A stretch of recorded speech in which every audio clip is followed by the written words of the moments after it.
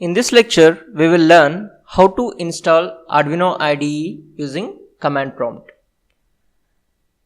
This is also called as package installation. In lecture 1, we have observed how to install Arduino IDE using the web source. Now, let us start installing Arduino IDE from terminal. This is also called as package installation. Open the terminal, Ctrl Alt T, type sudo apt install install Arduino. Press enter. After this operation, 139 MB of additional space will be occupied. Do you want to continue? Press Y. Enter. The installation process will be taken place. It will consume some time.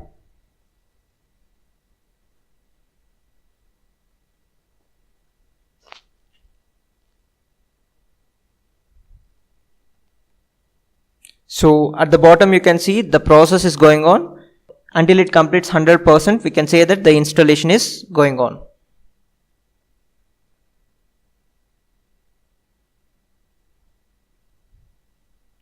So now the installation is done.